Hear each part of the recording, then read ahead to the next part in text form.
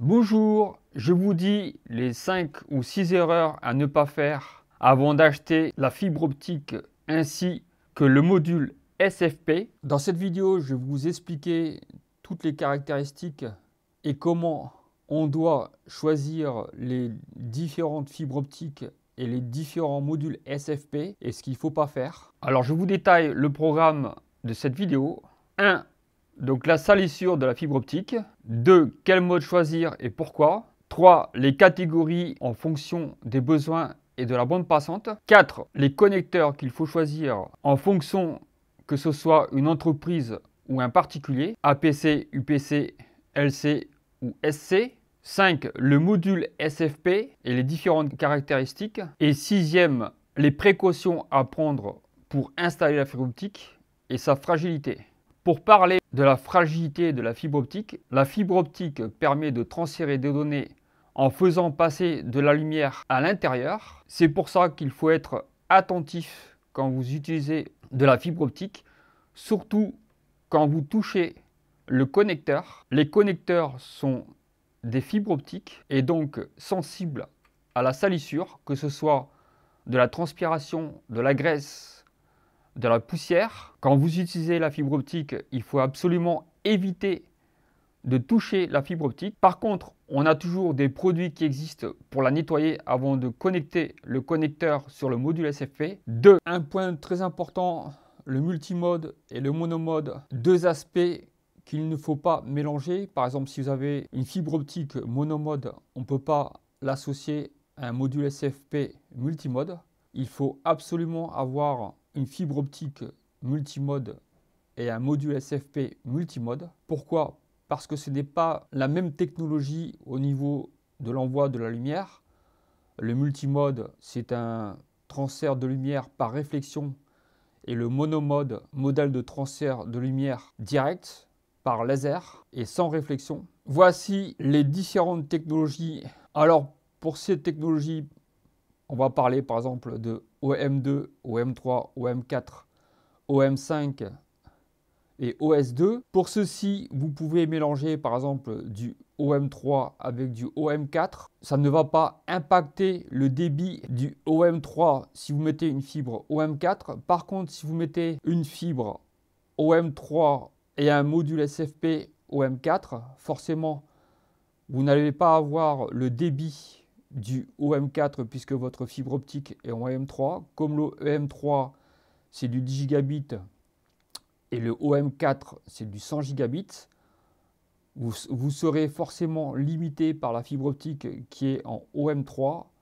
et vous n'aurez pas du OM4 par rapport au module SFP qui est du OM4.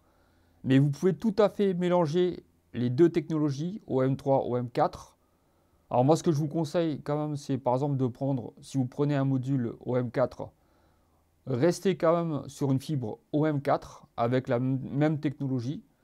Mais vous pouvez très bien avoir un module SFP OM4 et en prévision d'une évolution de votre réseau, plus tard mettre une fibre optique OM4 et pour l'instant avoir une fibre en OM3. Pour vous détailler les technologies qui existent, vous avez OM2 qui fait circuler les données à une vitesse de 1 gigabit.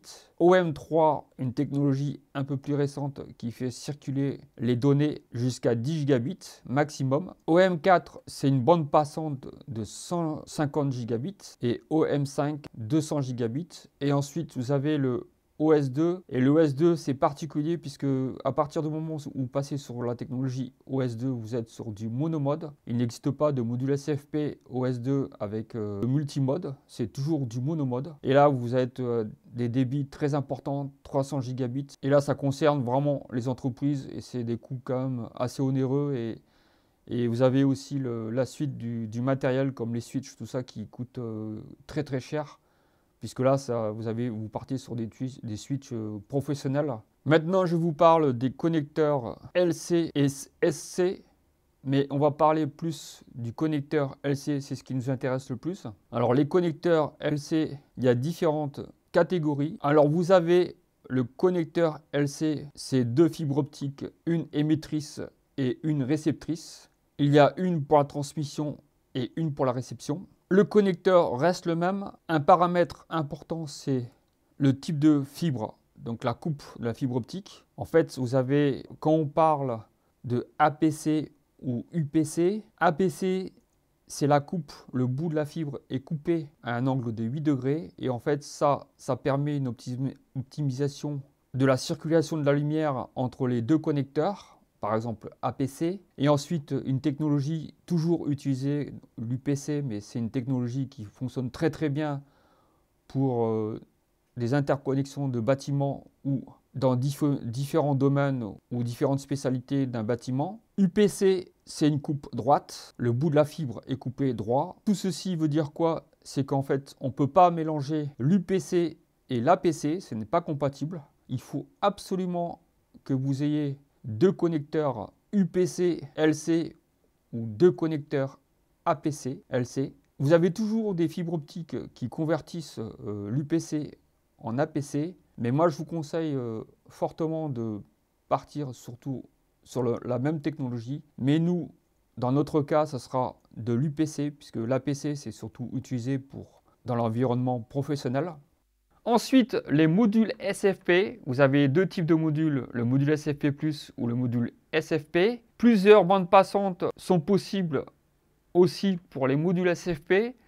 Vous avez des modules SFP simples, donc le module SFP c'est du 1 gigabit. Ensuite, vous avez le module SFP+, et là vous avez du module SFP+, 10 gigabits, 25 gigabits, 100 gigabits, etc.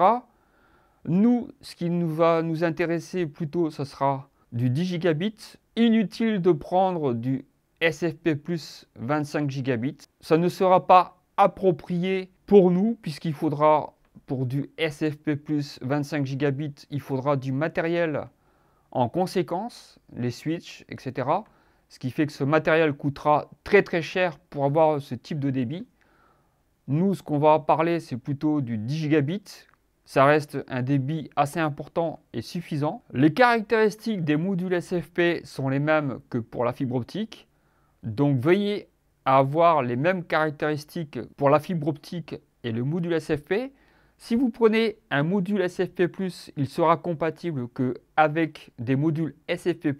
Il ne sera pas compatible avec des modules SFP. Par exemple, si vous prenez un module SFP+, en OM3 avec un connecteur LC et du multimode et UPC, il faudra prendre le même type de fibre optique, donc multimode, LC et UPC. Veuillez apprendre les mêmes caractéristiques pour le module SFP+, et pour la fibre optique. Très important. Quelque chose que j'ai oublié de dire par rapport à la fibre optique, le connecteur LC qui sera en UPC sera bleu et le connecteur APC, donc le connecteur, sera de couleur verte. Cela identifie le type et l'angle de connexion de la fibre optique.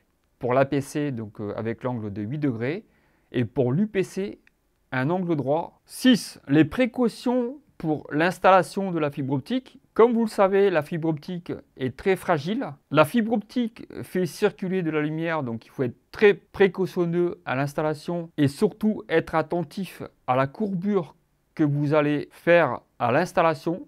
La fibre optique casse très très facilement. Il y a un degré à ne pas dépasser, ou alors elle se plie et dans ce cas-là, la fibre optique n'est plus utilisable. La lumière ne passe plus et vous pouvez la mettre à la poubelle. C'était tout pour cette vidéo. J'espère qu'elle vous a plu. Si c'est le cas, vous laissez un petit pouce bleu. Une vidéo assez technique, mais qui, je trouve, plutôt intéressante si vous voulez faire passer de la fibre optique. N'hésitez pas à vous abonner et à laisser un petit commentaire. Partagez cette vidéo. Et je vous dis à très bientôt pour une autre vidéo. Ciao, ciao!